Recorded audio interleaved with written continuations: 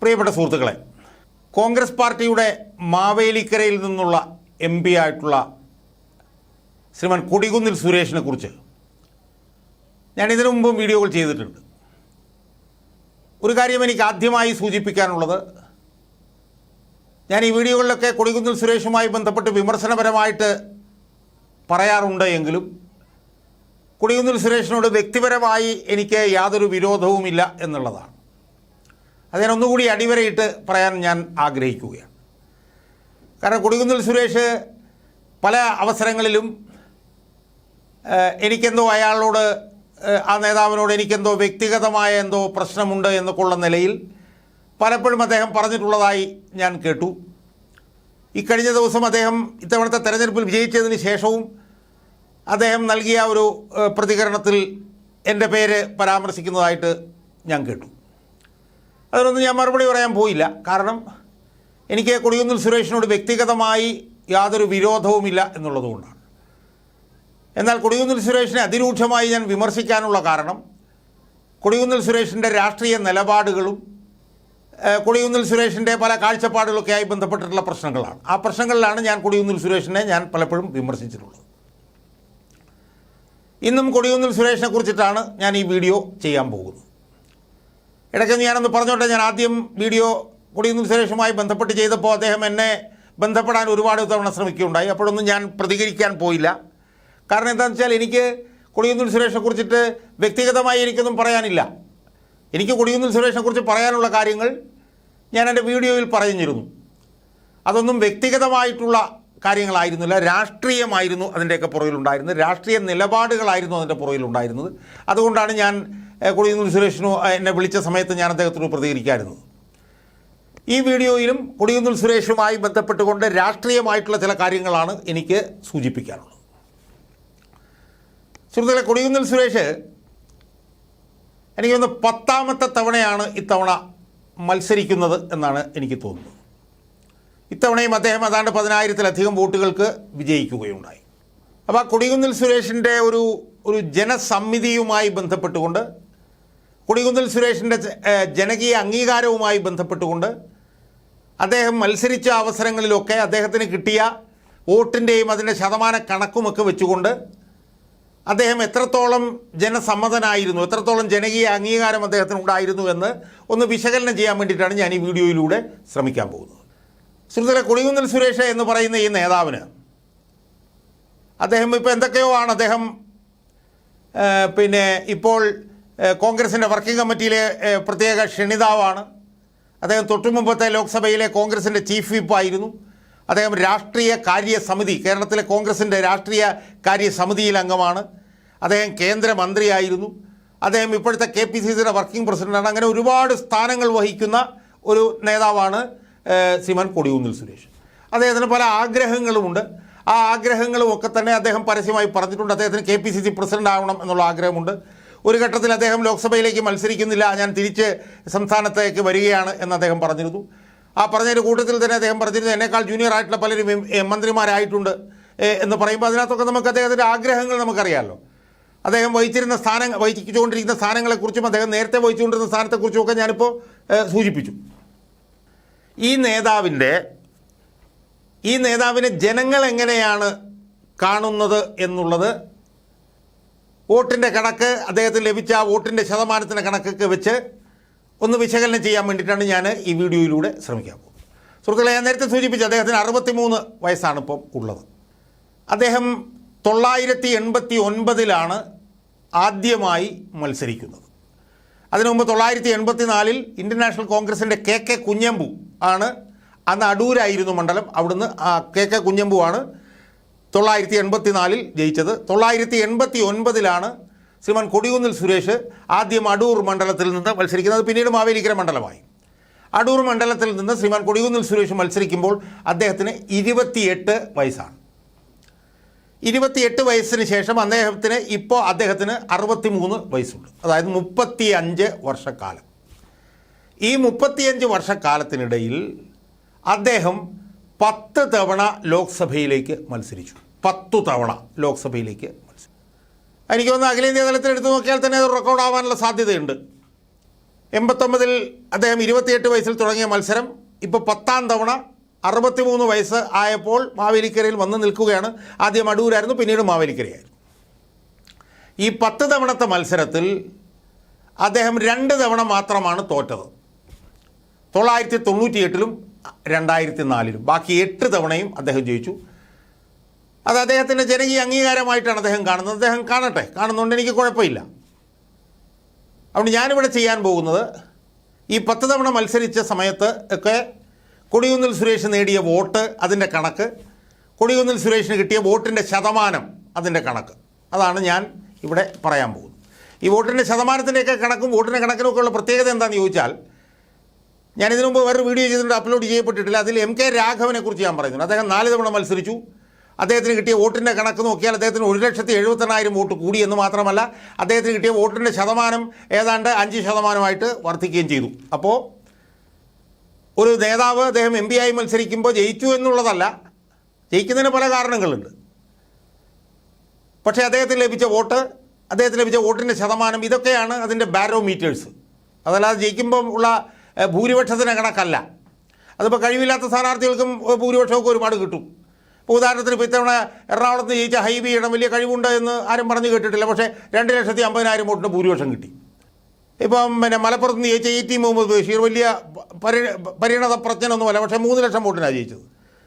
അപ്പോൾ അതുകൊണ്ട് ഈ വോട്ടിൻ്റെ ഭൂരിപക്ഷം സ്ഥാനാർത്ഥിയുടെ ഒരു ജനകീയ അംഗീകാരമായി കണക്കാക്കാൻ പറ്റില്ല. പക്ഷേ കിട്ടിയ വോട്ടിൻ്റെ ശതമാനം, ഇതൊക്കെയാണ് ആ സ്ഥാനാർത്ഥിയുടെ, ജയിച്ചു കഴിഞ്ഞാലും ആ സ്ഥാനാർത്ഥിയുടെ ജനകീയ അംഗീകാരമായി നമ്മൾ കണക്കാക്കാനുള്ള കാരണങ്ങൾ. അപ്പോൾ അത് വെച്ചിട്ട് ഈ കൊടിക്കുന്നിൽ സുരേഷിനെ 989 മുതൽ ഒന്ന് വിശകലനം ചെയ്യാൻ വേണ്ടിയിട്ടാണ് ഞാൻ ഇവിടെ ശ്രമിക്കാൻ പോകുന്നത്. 1989 28 വയസ്സിൽ കൊടിക്കുന്നിൽ സുരേഷ് മത്സരിക്കുമ്പോൾ ആദ്യം അടൂരിൽ നിന്നാണ് മത്സരിച്ചത്. അന്ന് അദ്ദേഹത്തിന് 3,43,672 വോട്ടും 49.6% വോട്ടും കിട്ടി.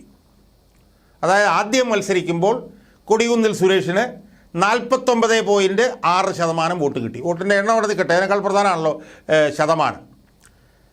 അതിനുശേഷം 1991 അദ്ദേഹം ജയിച്ചു, 1996 അദ്ദേഹം ജയിച്ചു. 1996 കൊടിക്കുന്നിൽ സുരേഷിന് കിട്ടിയ വോട്ടിൻ്റെ ശതമാനം 51.6 കൂടി.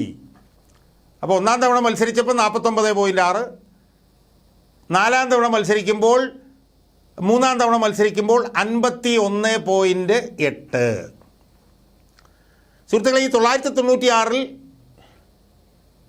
കൊടിക്കുന്നിൽ സുരേഷിന് കിട്ടിയ വോട്ടിൻ്റെ ശതമാനം 51.6 ആയിരുന്നുവെങ്കിൽ അത് പിന്നീട് കുത്തനെ കുറയുന്നതാണ് നമ്മൾ കാണുന്നത്. 1998 അത് 48%. 1998 അദ്ദേഹം തോക്കുകയായിരുന്നു. 2004 അദ്ദേഹം തോറ്റു, അന്നത് 40.7%. എന്നാൽ 2009 അത് കുത്തനെ കൂടി. 40 ആയിരുന്നത് 49% 2009 കൂടി. എന്നാൽ 2009 കഴിഞ്ഞാൽ കൊടിക്കുന്നിൽ സുരേഷിൻ്റെ വോട്ടിൻ്റെ ശതമാനത്തിൻ്റെ അവസ്ഥ എന്താണെന്നറിയാമോ? 2014 3% കുറഞ്ഞു. 2019 45% കുറഞ്ഞു. 2024 41.3% കുറഞ്ഞു. അപ്പോൾ എന്താ കണക്കെന്താ? 1989 ആദ്യം മത്സരിക്കുമ്പോൾ 49.6%. അത് പിന്നെ 1996 ആയപ്പോഴത്തേക്ക് 51.6%. ആ 51.6% 1996 പിന്നെ കുറഞ്ഞ് 2009 ആയപ്പോൾ ഒരു 49% വന്നു. പക്ഷേ അതിനുശേഷം 2009-നും 2024-നും ഇടയിൽ കൊടിക്കുന്നിൽ സുരേഷിന് കിട്ടിയ വോട്ടിൻ്റെ ശതമാനം 49.3 നിന്ന് 41.3% കുറഞ്ഞു. അതായത് 2009-നും 2026-നും ഇടയിൽ കൊടിക്കുന്നിൽ സുരേഷിന് കിട്ടിയ വോട്ടിൻ്റെ ശതമാനം 8% കണ്ട് കുറഞ്ഞു. 8%. അത് കഴിഞ്ഞ ഏറ്റവും അവസാനത്തെ 4 തെരഞ്ഞെടുപ്പിൻ്റെ കാര്യമാണ് ഞാൻ പറയും. അതേസമയം ഇതേ കാലഘട്ടത്തിൽ തന്നെ കോഴിക്കോട് നിന്ന് മത്സരിച്ചിട്ടുള്ള MK രാഘവൻ്റെ വോട്ടിൻ്റെ ശതമാനം 5% കണ്ട് കൂടുകയാണ് ചെയ്തത്. 2009-നും 2024-നും ഇടയിൽ കോഴിക്കോട് നിന്ന് മത്സരിച്ച എം കെ രാഘവൻ്റെ കിട്ടിയ വോട്ടിൻ്റെ ശതമാനം 4.9% കൂടിയപ്പോൾ ഇതേ കാലഘട്ടത്തിൽ മാവേലിക്കരയിൽ നിന്ന് മത്സരിച്ച കൊടികുന്നിൽ സുരേഷിന് കിട്ടിയ വോട്ടിൻ്റെ ശതമാനം 8% കുറയുകയാണ് ചെയ്തത്. അപ്പോൾ ജനസമിതി ജനകീയ അംഗീകാരം എന്താണെന്നുള്ളത് വളരെ വ്യക്തമല്ലേ? 10 പ്രാവശ്യമായി മത്സരിക്കുകയാണ് ഈ മാന്യൻ. 28 വയസ്സിലാണ് ആദ്യം മത്സരിക്കുന്നത്. ഇപ്പോൾ 63 വയസ്സാണ്. അതിനിടയിൽ 35 വർഷങ്ങൾ ഉണ്ടായിരുന്നു. ആ 35 വർഷത്തിലും അദ്ദേഹം എന്ത് ചെയ്തു? 10 തവണ മത്സരിച്ചു. അപ്പോൾ കോൺഗ്രസിനകത്ത് കൊടികുന്നിൽ സുരേഷിൻ്റെ പണി എന്താ? കോൺഗ്രസിനകത്ത് കോൺഗ്രസ് നേതാവായിരുന്ന കൊടികുന്നിൽ സുരേഷിൻ്റെ പ്രധാനപ്പെട്ട ജോലി തെരഞ്ഞെടുപ്പിൽ മത്സരിക്കുക എന്നുള്ളതാണ്. തെരഞ്ഞെടുപ്പിൽ മത്സരിക്കുക എന്നുള്ളതായിരുന്നു അയാളുടെ പ്രധാനപ്പെട്ട ജോലി. ആ തെരഞ്ഞെടുപ്പിൽ മത്സരിച്ചുകൊണ്ടിരുന്ന സമയത്ത് തന്നെ എത്ര അധികാരങ്ങൾ! കേന്ദ്രമന്ത്രിയായി, കോൺഗ്രസിൻ്റെ വർക്കിംഗ് പ്രസിഡൻ്റായി, കോൺഗ്രസിൻ്റെ രാഷ്ട്രീയകാര്യ സമിതി അംഗമായി, കോൺഗ്രസിൻ്റെ മുൻ പ്രതിപക്ഷത്തെ ചീഫ് വിപ്പായി, വർക്കിംഗ് കമ്മിറ്റിയിലെ പ്രത്യേക ക്ഷണിതാവായി, ഇതെല്ലാമായി അദ്ദേഹം. അപ്പോഴൊക്കെ തന്നെ അദ്ദേഹത്തിൻ്റെ കോൺഗ്രസിലെ പ്രധാനപ്പെട്ട ഒരു ജോലി, ഒരു പണി എന്നുള്ളത് തെരഞ്ഞെടുപ്പിൽ മത്സരിക്കുക എന്നുള്ളതായിരുന്നു. പക്ഷേ തെരഞ്ഞെടുപ്പിൽ മത്സരിക്കുമ്പോഴും ജനങ്ങൾ അദ്ദേഹത്തെ എങ്ങനെയാണ് സ്വീകരിച്ചതെന്നുള്ളത് അദ്ദേഹത്തിൻ്റെ വോട്ടിൽ ഈ 2009-നും 2024-നും ഇടയിൽ ഉണ്ടായിട്ടുള്ള 8% വോട്ടിൻ്റെ കുറവിൽ നിന്ന് നമുക്ക് മനസ്സിലാക്കാൻ കഴിയും. ഓരോ തവണ അദ്ദേഹം ജയിക്കാറുണ്ട്. അത് ജനകീയ അംഗീകാരം കൊണ്ടാണോ സുഹൃത്തുക്കളെ? ഇപ്പോൾ ഇത്തവണ തന്നെ അയാൾ ജയിച്ചു. ജനകീയ അംഗീകാരമാണോ അത് സൂചിപ്പിക്കുന്നത്? ഒരിക്കലുമല്ല. മാവേലിക്കരയിൽ യഥാർത്ഥത്തിൽ LDFൻ്റെ ഏറ്റവും നല്ല സ്ഥാനാർത്ഥികളിൽ ഒരാളായിരുന്നു മാവേലിക്കരയിൽ മത്സരിച്ച അരുൺകുമാർ. അരുൺകുമാറിനോട് 10,000 വോട്ടിന് ഇയാൾ ജയിച്ചെങ്കിൽ അതിൻ്റെ കാരണം പിണറായി വിജയനാണ്. പിണറായി വിജയനോടുള്ള കലിപ്പ് കൊണ്ടും പിണറായി വിജയനോടുള്ള പക കൊണ്ടും വിരോധം കൊണ്ടും പ്രതിഷേധം കൊണ്ടുമാണ് അവിടെ ആളുകൾ കൊടികുന്നിൽ സുരേഷ് എന്ന് പറഞ്ഞിട്ടുള്ള ഇയാളെ ജയിപ്പിച്ചത്. അല്ലാതെ ഇയാളോടുള്ള സ്നേഹം കൊണ്ടോ അല്ലാണോ? ഒന്ന് ഇയാൾക്ക് നെഞ്ചത്ത് കൈവെക്കാൻ പറ്റുമോ? നെഞ്ചത്ത് കൈവച്ച് പറയാൻ പറ്റുമോ? അപ്പോൾ അതുകൊണ്ട് ഇനിയെങ്കിലും അടുത്ത തവണയെങ്കിലും കൊടികുന്നിൽ സുരേഷ് ഏതെങ്കിലും ഒരു ചെറുപ്പക്കാരന് പിന്നോക്കക്കാരന് വേണ്ടി ആ സ്ഥാനം ഒന്ന് മാറിക്കൊടുക്കണമെന്ന് തൊഴുകയോടെ ഞാൻ കൊടികുന്നിൽ സുരേഷിനോട് പറയുകയാണ്. നിങ്ങൾക്ക് പാർട്ടിയിൽ ഒരുപാട് സ്ഥാനങ്ങളുണ്ട്. ഇനിയും പാർട്ടിയിൽ സ്ഥാനങ്ങൾ വഹിക്കണമെന്ന് നിങ്ങൾക്ക് ആഗ്രഹമുണ്ട്. നിങ്ങൾക്ക് മന്ത്രിയാകണമെന്ന് ആഗ്രഹം ഉണ്ടായിരുന്നു. പക്ഷേ ഇനി അത് കഴിയില്ല. കാരണം നിങ്ങൾ MP ആയിപ്പോയി. ഇനിയിപ്പോൾ അറിയില്ല ആ സമയത്ത് അത് രാജിവെച്ചിട്ട് കുഞ്ഞാലിക്കുട്ടി ചെയ്ത പോലെ വീണ്ടും നിങ്ങൾ നിയമസഭയിലേക്ക് മത്സരിക്കുമെന്ന് എനിക്കറിയില്ല. പക്ഷേ നിങ്ങൾക്ക് KPC പ്രസിഡന്റ് ആവണമെന്നൊക്കെ നിങ്ങൾക്ക് ഒരുപാട് ആഗ്രഹങ്ങൾക്ക് അതിരില്ലല്ലോ. അതിനിയുമുണ്ട്.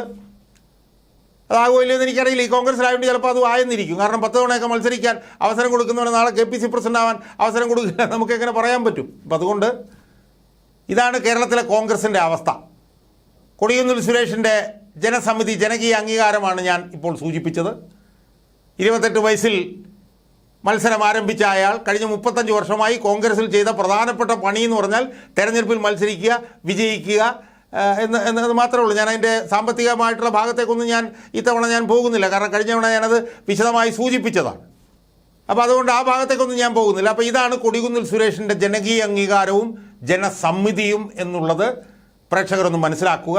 അതിന് ഏറ്റവും പ്രധാനപ്പെട്ട ഒരു ബാരോമീറ്റർ എന്ന് പറയുന്നത് അയാൾക്ക് കിട്ടിയ വോട്ടിൻ്റെ ശതമാനമാണ്. ആ ശതമാന കണക്കിൽ ഉണ്ടായിട്ടുള്ള കുത്തനെയുള്ള വർധന അയാളുടെ ജനസമിതിയുടെ ആഴം എത്രത്തോളം ഉണ്ട് എന്നത് വ്യക്തമായി തെളിയിക്കുന്നുണ്ട്.